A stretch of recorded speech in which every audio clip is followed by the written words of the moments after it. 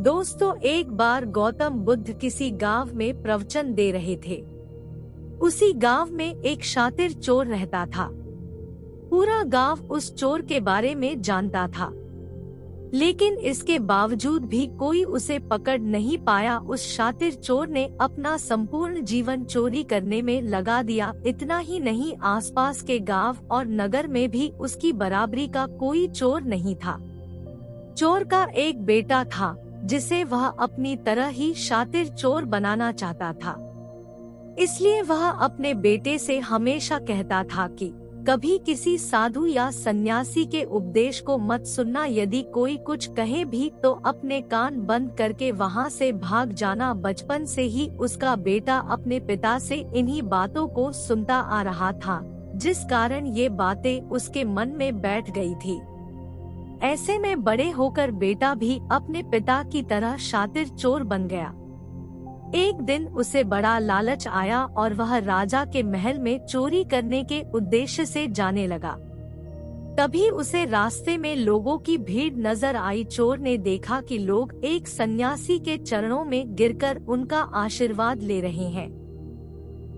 वो सन्यासी गौतम बुद्ध थे। चोर साधु सन्यासी से दूर रहता था, क्योंकि उसे अपने पिता से यही सीख मिली थी। लेकिन भगवान बुद्ध को देख वह उनकी ओर आकर्षित हो गया। इसका कारण यह है कि पहली बार उसे किसी तेजस्वी व्यक्ति के दर्शन हुए थे। अचानक उसे पिता की बात याद आ जाती है कि साधु सन्यासियों से दूर रहना चाहिए। चोर असमंजस में रहता है कि वह सन्यासी के पास जाए या चोरी करने के लिए आगे बढ़ जाए। एकाएक उसके मन में यह प्रश्न आता है कि आखिर पिताजी क्यों साधु संतों से दूर रहने को कहते थे। इसका उत्तर जानने के लिए चोर भी लोगों के बीच बैठ जाता है और भगवान बुद्ध के उपदेश सुनने लगता है। बुद्ध लोगों को कभी किसी से झूठ न बोलने तथा किसी के साथ विश्वासघात नहीं करने के बारे में बताते हैं।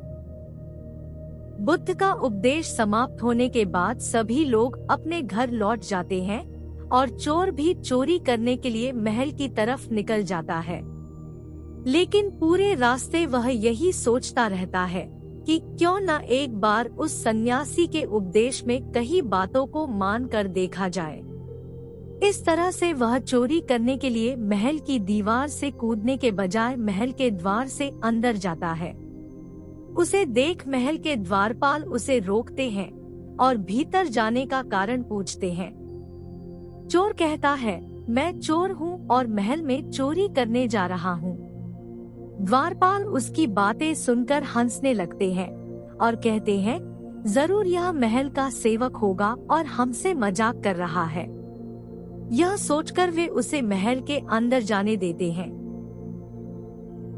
महल में जाने के बाद चोर खजाने से भरी तिजोरी के पास पहुंच जाता है और तिजोरी को तोड़कर धन और आभूषण को पोटली में भरकर भागने लगता है।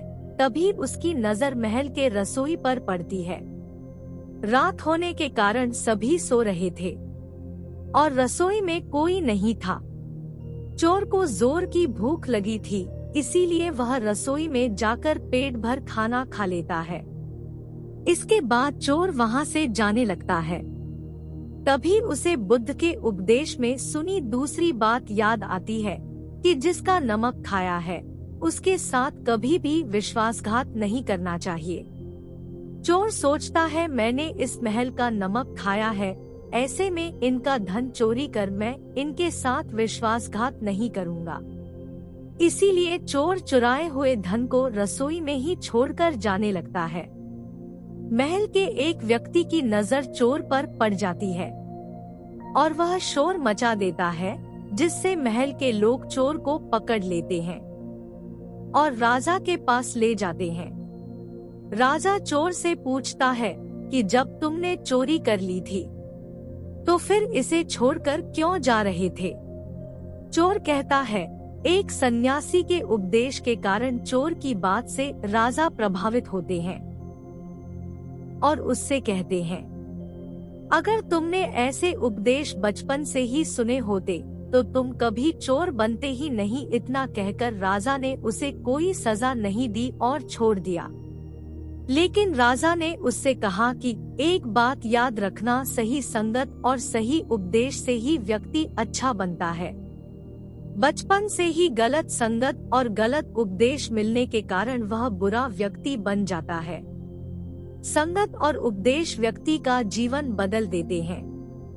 राजा की ये बातें सुनकर चोर प्रण करता है कि वह कभी चोरी नहीं करेगा और वह सीधा बुद्ध के पास चला जाता है और बुद्ध से कहता है कि हे बुद्ध, मैं एक चोर था, परंतु आपके उपदेश सुनकर मैंने चोरी करना छोड़ दिया है कि कृपया आप मुझे अपनी शरण में रहने की अनुमति दे।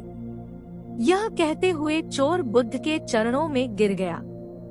दोस्तों, आपको हमारी वीडियो कैसी लगी हमें कमेंट करके बताएं और साथ ही हमें लाइक एवं सब्सक्राइब कर ले, जिससे आपको गौतम बुद्ध जी की ऐसी ही वीडियो मिलती रहे।